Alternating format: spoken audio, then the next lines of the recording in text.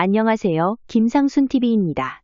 차이나제해 뉴스 211번째는 8.5 이상 초강력 강진에도 가장 잘 버티는 건축자재 편입니다. 초강력 지진에도 가장 잘 버티는 건축자재는 어떤 것이 있을까요? 화면에서 보시는 것처럼 모두 4가지의 건축자재를 사용한 건물이 있는데요. 각각 6층으로 된 벽돌 건물, 콘크리트 건물, 목재 건물, 철근 콘크리트 건물, 이 4종류의 건물은 지진의 진도에 따라 어떤 반응을 보일까요?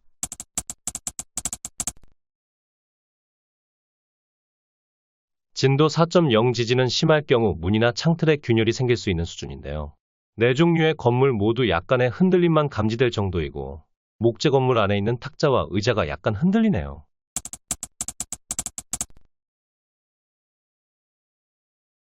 진도 5.0 지진의 경우 흔들려서 사람들이 서 있기가 어려운 정도의 지진인데요. 잠자고 있던 사람들도 깨어나고 가축 우리 같은 것도 부서지죠. 4개의 건축물 중에서 벽돌 건물이 가장 흔들리지 않고 목재 건물과 철근 콘크리트 건물 내의 탁자와 의자는 움직였지만 건물은 모두 양호합니다.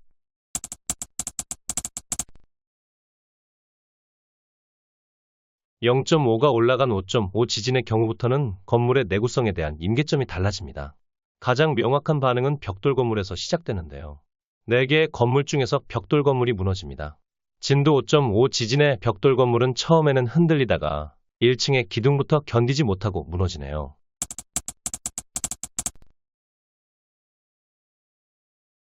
진도 6.3 지진이 오면 대부분의 주택이 손상을 입기 시작하고 지하에 매설된 하수도관도 파열될 정도입니다. 벽돌 건물이 제일 먼저 무너지고 콘크리트 건물은 흔들림이 명확하지만 무너지지는 않았고 1층부터 4층까지 내부 구조물들이 무너지면서 이 건물은 거주할 수 없는 위험한 건물이 되었습니다.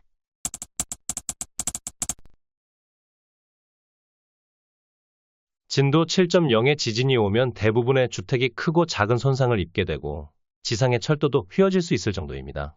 벽돌 건물은 저층부터 무너지면서 바로 무너지고 콘크리트 건물도 조금 견디다가 내부의 층간 구조물이 먼저 무너지고 나서 건물 전체가 무너집니다.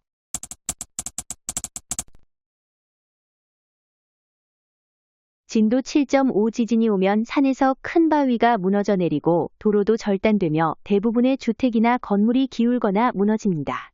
벽돌 건물과 콘크리트 건물은 맥없이 바로 무너지고 나무들도 견디지 못하죠. 그러나 진도 7.5의 지진에도 목재 건물과 철근 콘크리트 건물은 여전히 견디고 있습니다.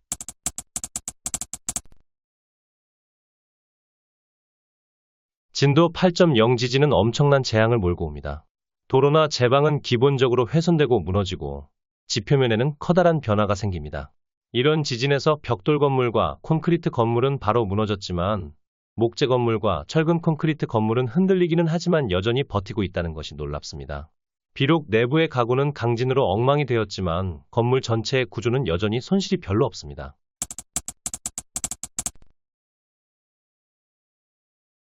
진도 8.5 이상의 지진은 초강력 지진인데 대부분의 건물이 무너집니다.